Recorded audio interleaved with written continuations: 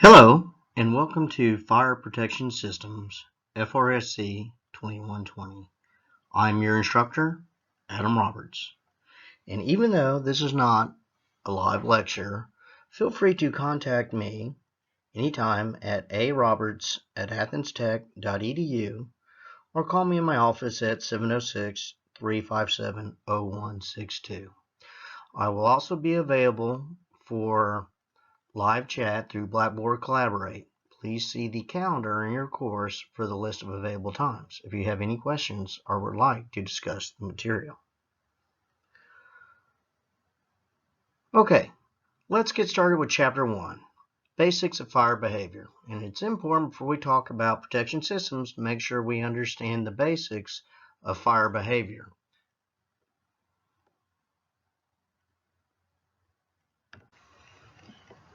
Let's look at the objectives for this chapter.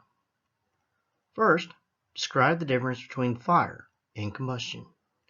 2. Identify and describe the elements of the fire triangle and the fire tetrahedron. List and describe the different types of fire.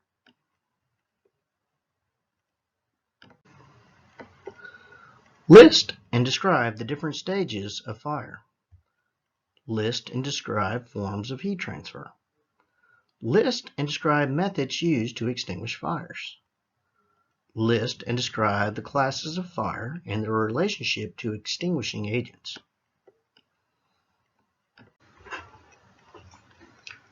Engineering and designing any fire protection system requires an understanding of fire behavior as it relates to the fire hazard present. The fire hazard is the fuel load, and it is affected by several things, such as the occupancy and use conditions, the material, products, and finishes involved in building construction, quantity, arrangements, and types of items present within the building, and methods of handling or storing items present.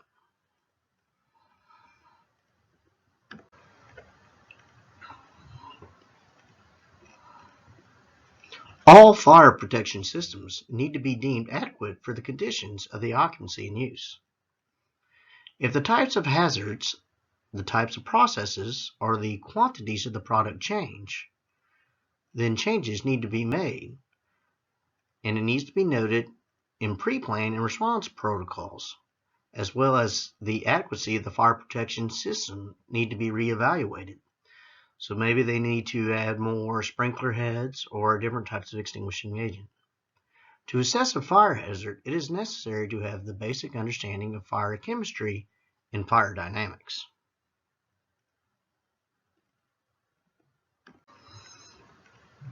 Let's start off with looking at combustion versus fire. Combustion is a chemical reaction in which a combustible material and an oxidizing agent produce heat or energy and other products that promote a self-sustaining process. In order to continue, the heat must generate faster than it dissipates. If unmanaged, it could result in an explosion. Fire is a chemical reaction that produces energy in the form of heat, light, and flame that is rapid and self-sustaining. It requires combustible fuel, a source of heat, and oxygen. The difference in combustion, the release of energy stays in the reaction to continue it. Fire is a form of combustion that emits and dissipates energy in the form of light and heat.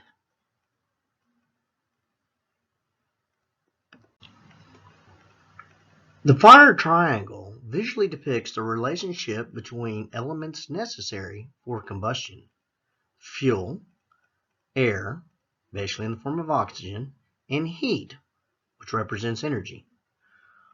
All three elements must be present in sufficient quantities for fire to exist. The elements chemically react to release energy at a rate that corresponds to the amount of fuel that sustains the fire. A reduction or an elimination of any one element will extinguish the fire. Changing portions of the elements affects whether a fire smolders, burns slowly, or burns rapidly. The fire triangle illustrates that fire can be extinguished in several ways.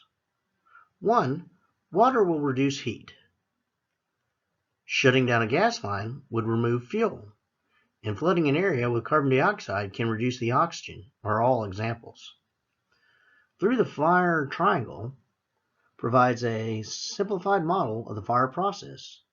Continuing research has led to a more accurate model of the process, and that is known as the fire tetrahedron.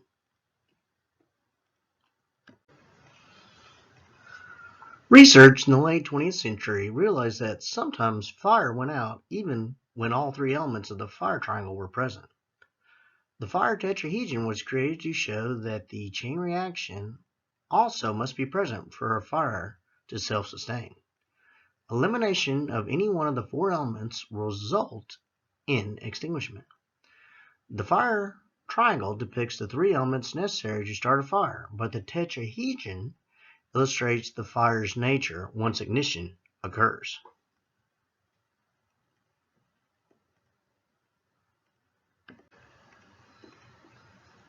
Let's look at fire and flame types. First being a diffusion flame. Most natural flaming fires are diffuse flame fires. Examples include lighting a match, a candle, a campfire, a forest fire, or a structure fire. A diffuse fire requires combustible gas, the visible flame in a gaseous reaction. Gas, fuel, and oxygen moves into the reaction zone of the flame from opposite sides. Once consumed, the combustion process diffuses from the flame. Any element will basically burn, and what actually burns in this case is gas. So if you have a solid object, how are we going to turn it into a gas? And that is by applying heat. Once significant quantities of heat causes the material to break down, it will start off-gassing, releasing that flammable gas. And that process is known as pyrolysis.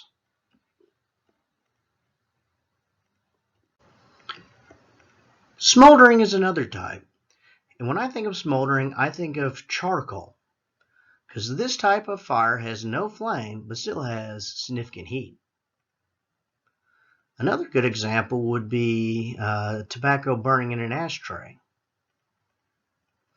Air flows over the surface area of the burning material, providing oxygen for slow combustion. Smoldering may precede a flaming fire. When enough oxygen is available and enough heat is generated, the smoldering material erupts into flame. Smoldering can also occur in the final phases of the fire event. At this point, the fuel may have been exhausted, and its ability to produce any more combustible gas has been depleted.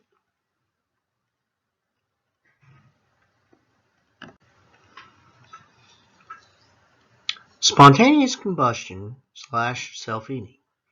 This type of fire occurs when a fire starts without a known external source of heat. Material undergoes oxidation in an environment that limits heat dissipation. The heat remains in the area of the reaction instead of being released into the open air. The temperature increases and eventually can result in flaming or smoldering. The timing of the process depends on the material and the environment.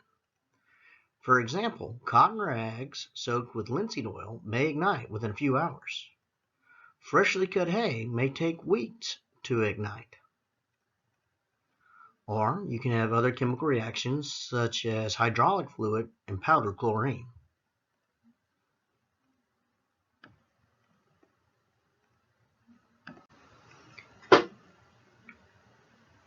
Premixed flame. This type of fire is used to help people get ready for the day or to transport them to a destination. Examples include heating water or air with gas fuels, cooking meals, and driving to work in a gas-powered vehicle. Gas, fuel, and air must mix before ignition or combustion occurs. There must be an appropriate mix of gas, fuel, and air. The gas fuel must be within its flammable limits. If the gas is over its flammable limits, then it is said to be too rich and it will not burn. Or it can be known as too lean if it's below its flammable limits. So if we look at the case of a natural gas line that is busted, and you have an individual working on said gas line smoking a cigar, will it explode?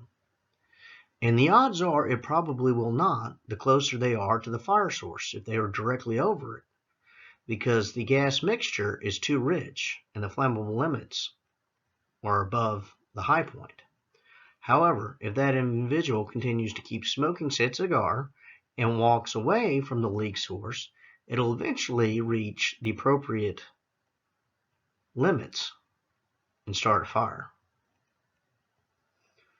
Changes in atmospheric temperature and pressure can increase and decrease the flammable limits range of a material. Knowing the flammable limits of a gas fuel helps safely manage incidences. A good example of this is propane. Propane that comes in your grill is in the liquid state because it is under pressure. Once you begin releasing that pressure, it turns into a gaseous state, allowing combustion to occur.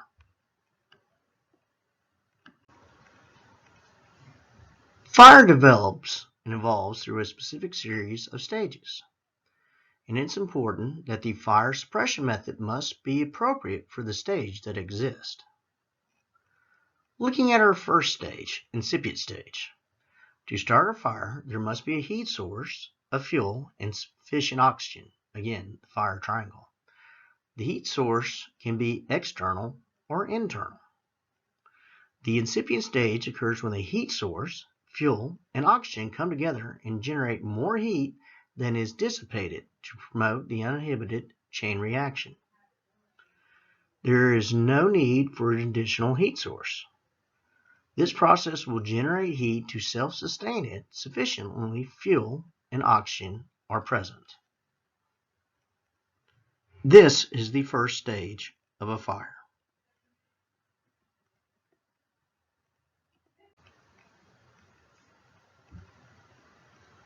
The free burning stage.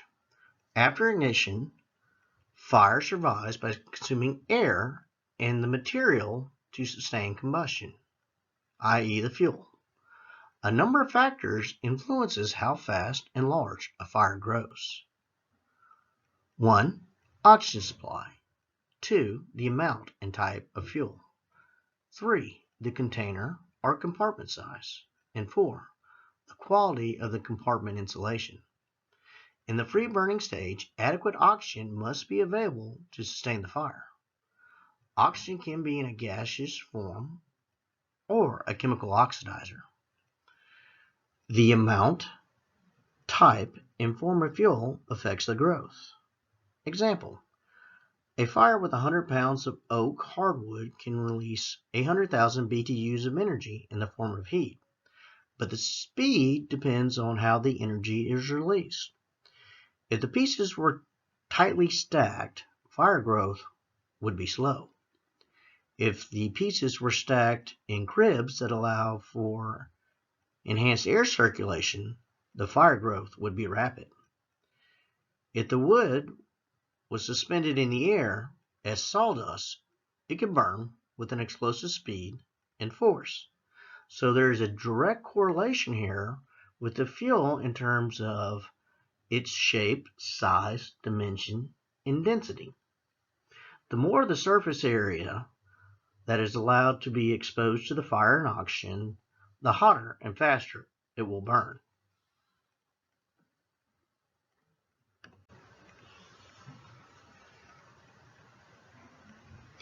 The size of a structure and the shape of the walls, ceilings, and roof also impact the fire growth. Large compartments or rooms allow the heat to dissipate. However, low ceilings will hold the heat and reflect the radiant heat and energy, allowing the fire to grow more quickly. The ability of a container to retain the heat, i.e. insulation, accelerates preheating of the fuel, thus allowing it to break down quicker and burn more readily.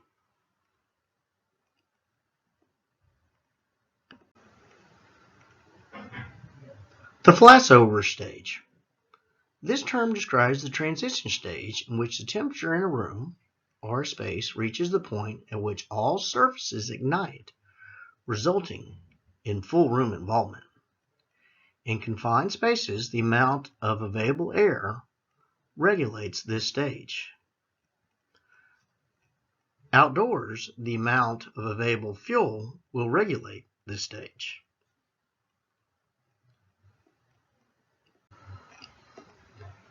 The final phase is the smoldering decay stage. This occurs when the available fuel for the fire is exhausted or the oxygen level drops below 16%. Burning after this point is in the form of glowing combustion or smoldering. Burning continues until the fuel is exhausted or the temperature drops below the fuel ignition level. Additional air can stimulate regeneration or recurrence of a flame.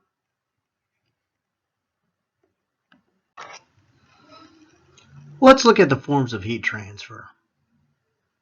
Conduction, which is the transfer of heat from one body of material to another by direct contact. The rate of heat transfer depends on the efficiency of a material as a conductor. Heavy, dense material, metals for example, are best for heat conduction because they absorb and transmit heat rapidly and evenly. Less dense material, porous material like fiberglass, wood, and air are generally poor conductors. So for example, a cast iron skillet would heat up a whole lot quicker because it is more dense than an aluminum skillet.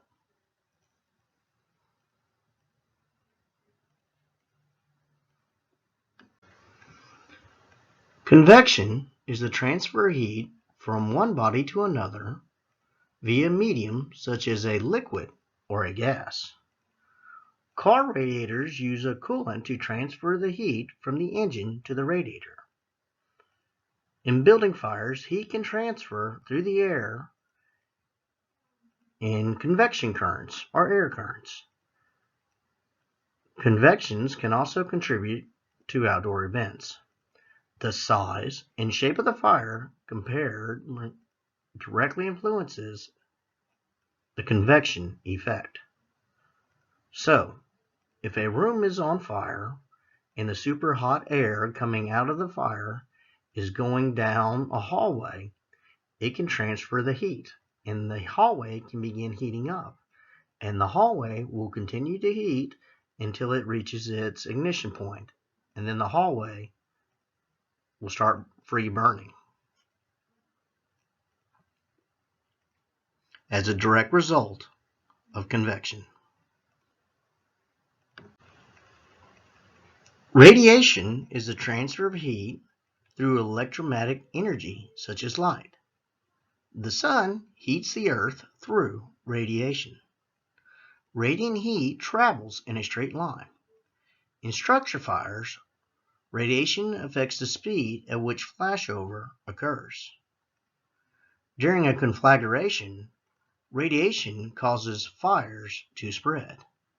A good example of this would be a house that is on fire and is fully involved. And then the house next door to it gets so much heat through radiation and convection that it begins to catch fire as well.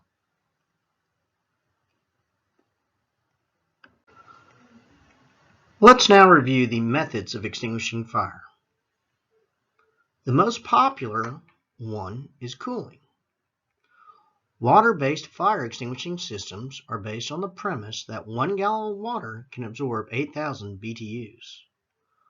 1 pound of a common combustible material will also release 8,000 BTUs during combustion.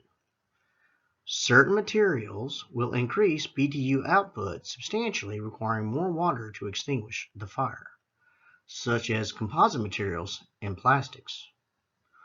Water must be applied in sufficient rate and quantity to reach the seat of the fire. A few factors impact the effectiveness of a water system. such as type of fuel, form of the material, and the storage arrangement.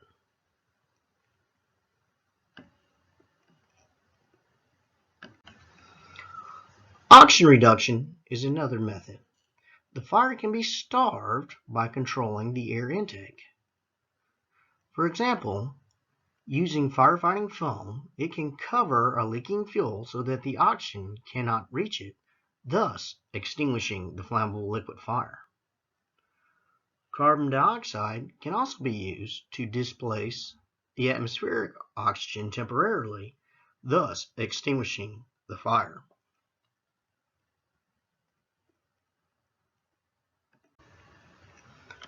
Removing or interrupting the fuel supply will also extinguish the fire. Backfires are controlled fires intentionally set to remove the fuel ahead of a hostile fire, such as in the case of a wildland fire. You have a large wildland fire encroaching in on an area. So in order to control it, you would set a small fire in front of it to begin to consume all the underbrush and low-lying limbs in hopes of depriving the forest fire of much needed fuel to continue the combustion process.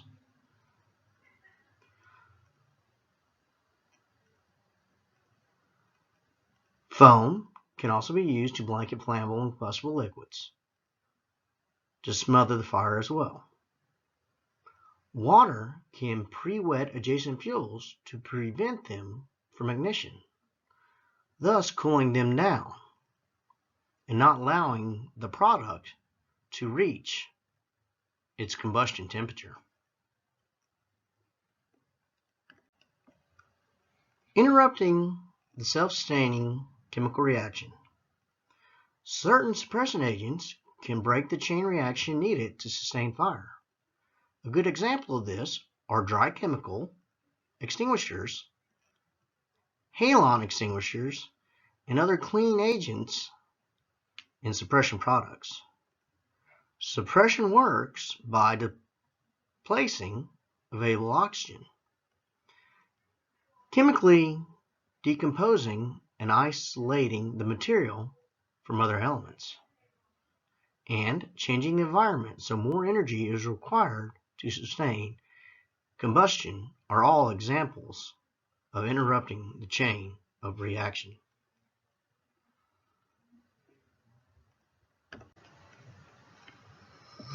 In the early 1900s, UL developed a method of categorizing fire based on the extinguishing agent needed to put the fire out. Application of the wrong agent will be ineffective and could make the problem worse. The system matches extinguished agents to the fire hazard by using letters from the alphabet as well as symbols. Labels with these classifications are affixed to the extinguishing equipment, packaging, and MSDS sheets.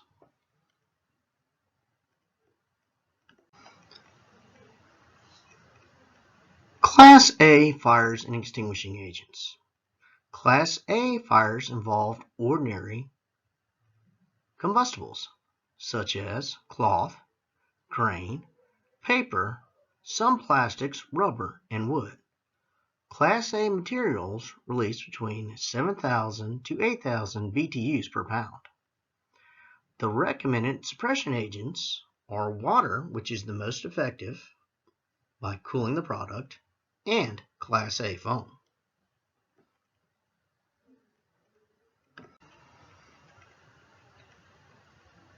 Class B fires and extinguishing agents.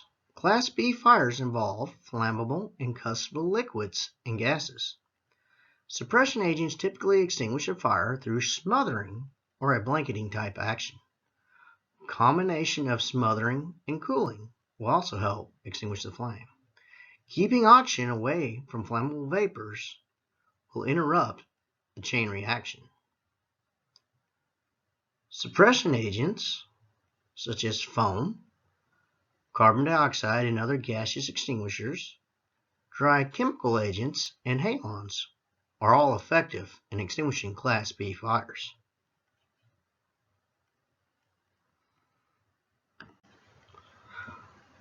Class C fires involve energized electrical equipment, examples being electrical panels, transformers, and home appliances.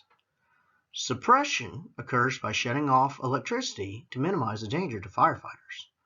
Once it is off, the fire changes to another classification, usually a Class A type fire.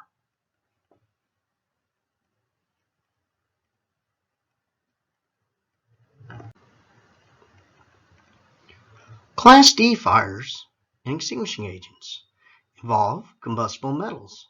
Examples include aluminum, calcium, lithium, magnesium, potassium, sodium, and titanium. During some manufacturing process, metal dust and fine particles become airborne and potentially explosive. Extinguishing agents must be approved for the type of metal. A Class D extinguishing agents are basically, quote, dry powder agents, which are used to interrupt and smother the fire. A good example of a flammable metal is magnesium. If you look at certain engine blocks in vehicles, you'll notice that they are made of magnesium, and when they burn, they emit a shower of sparks, especially when water is applied. In order to extinguish an engine block fire with magnesium, it requires copious amounts of water. A sparkler is another example of magnesium and how it burns and pops.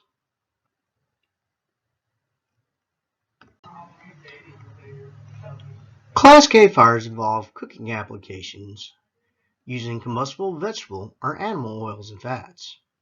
In 1994, UL 3000 fire testing of fire extinguishing systems for protection of restaurant cooking areas was issued in response to fires in commercial cooking operations where suppression systems had failed. Class K extinguishing agents are now wet chemical agents that extinguish the fire through the process of saponification. The fatty acids in the cooking medium react with the extinguishing agent and convert it to a soapy foam that covers the surface of the burning liquid, causing it to smother and go out. Code requires supplemental handheld extinguishers in these areas, along with the saponification systems.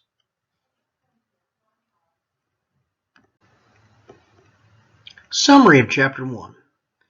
The fire triangle and fire tetrahedron describe the relationship between the components required to sustain combustion.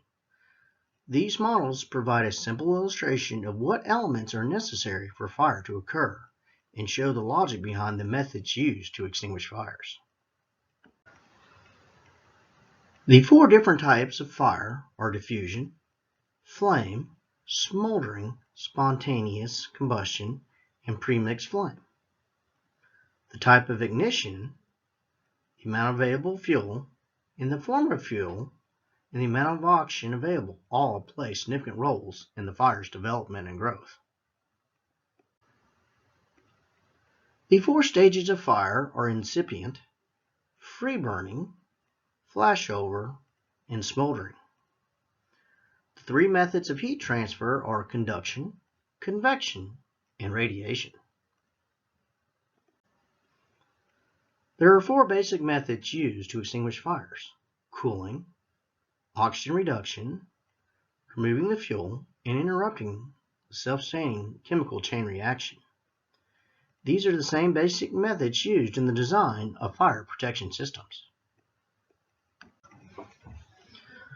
A fire classification system helps to determine the types of extinguishing agents to use, thus reducing the possibility of applying an inappropriate extinguishing agent to a fire, resulting in a worse fire condition or failure to extinguish the fire. Okay, now for Chapter 1, please review the case study at the end and the review questions. If you'll look in Blackboard, you'll see your assignment for Chapter 1.